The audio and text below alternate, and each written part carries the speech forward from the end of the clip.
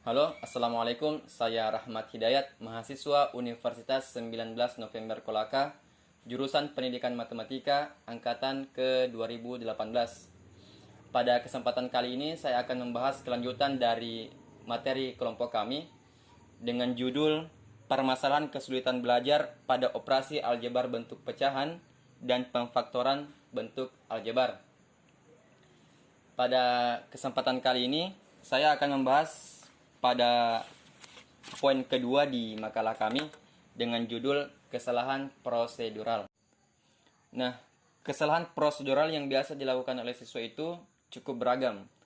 Nah, yang kami bahas pada materi di makalah kami ini ada beberapa poin. Yang pertama adalah kesalahan tidak menuliskan variabel. Yang kedua, kesalahan operasi seperti penjumlahan, perkalian maupun pembagian. Kesalahan poin yang ketiga yaitu kesalahan tidak menyederhanakan. Poin keempat, kesalahan tidak menjawab soal. Dan poin terakhir, kesalahan dalam memfaktorkan. Pertama, kita akan membahas kesalahan tidak menuliskan variabel. Kesalahannya contoh soalnya bisa dilihat di makalah kami.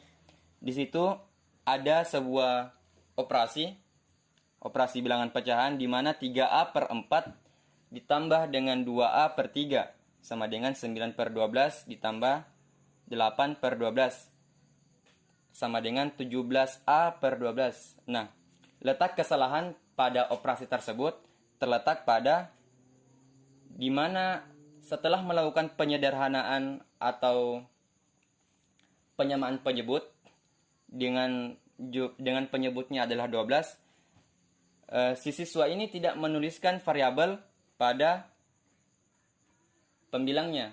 Nah, seharusnya yang harus ditulis pada operasi tersebut yaitu 9A per 12 ditambah dengan 8A per 12 sama dengan 17A per 12. Nah, disitulah letak kesalahannya, yaitu tidak menuliskan variabelnya. Selanjutnya, pada poin B, kesalahan penjumlahan atau kesalahan perkalian atau pembagian. Nah, saya rasa kesalahan-kesalahan seperti ini cukup sering dilakukan oleh siswa baik di tingkat SD, SMP maupun SMA. Bahkan terkadang pada tingkat mahasiswa pun sering melakukan kesalahan-kesalahan yang seperti ini.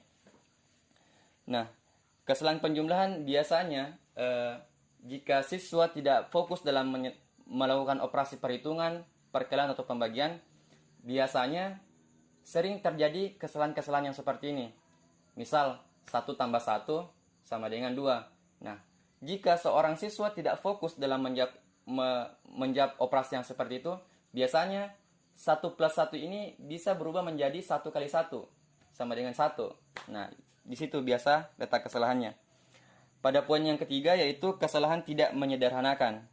Nah, kesalahan ini disebabkan karena siswa tidak mahir dalam menyederhanakan. Di situ contohnya 2A per 4B ditambah dengan A per 2B sama dengan titik-titik. Biasanya si siswa yang tidak paham akan konsep dari operasi bilangan pecahan ini, biasanya mereka langsung menjumlahkan 2A tambah A sama dengan 3A, kemudian penyebutnya adalah 4B tambah 2B sama dengan 6B. Jadi hasilnya sama dengan 3A per 6B. Nah, ini saya rasa cukup fatal dalam sebuah operasi dalam matematika. Kenapa? Karena pada hakikatnya untuk melakukan operasi pada bilangan pecahan, poin pertama yang harus dipenuhi itu adalah jumlah pembilangnya itu atau nilai pembilangnya itu adalah sama. Jadi untuk yang benarnya 2A per 4B ditambah dengan A per 2B, kita samakan penyebutnya dengan 4B. Nah, karena si bilangan pecahan yang pertama itu penyebutnya telah memenuhi syarat, di mana syaratnya adalah 4B. Jadi pada bilangan pecahan yang kedua juga harus berpenyebut 4B. Jadi semua mulai dari pembilang dan penyebut itu pada bilangan pecahan yang kedua dikalikan dengan 2. Jadi 2A per 4B ditambah dengan 2A per 4B. Jadi hasilnya sama dengan 4A per 4B. Nah itu. Kesalahan selanjutnya, kesalahan tidak menjawab soal. Nah, saya rasa kesalahan yang seperti ini tidak harus ditanya lagi. Biasanya kesalahan-kesalahan seperti ini terjadi karena siswa tidak tahu maksud dari soalnya, atau bahkan siswa tidak paham akan materi yang telah diberikan oleh gurunya, sehingga pada saat diberikan soal, siswa tidak mampu menjawab soal tersebut. Kesalahan yang terakhir adalah kesalahan dalam memfaktorkan. Kesalahan ini terjadi pada penyelesaian soal dengan langkah-langkah harus menggunakan pemfaktoran. Dengan kata lain, siswa harus memahami terlebih dahulu cara memfaktorkan. Kesalahan ini dilakukan oleh suatu siswa yang berada pada kelompok atas.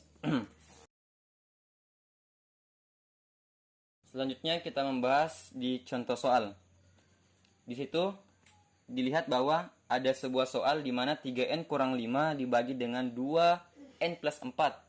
Kemudian dibagi dengan n kuadrat dikurang 25 per n kuadrat dikurang 16. Nah, letak kesalahannya di situ terletak pada pemfaktoran yang dilakukan oleh siswa, di mana n kuadrat dikurang 25 sama dengan n plus 4 dikali dengan n kurang 5.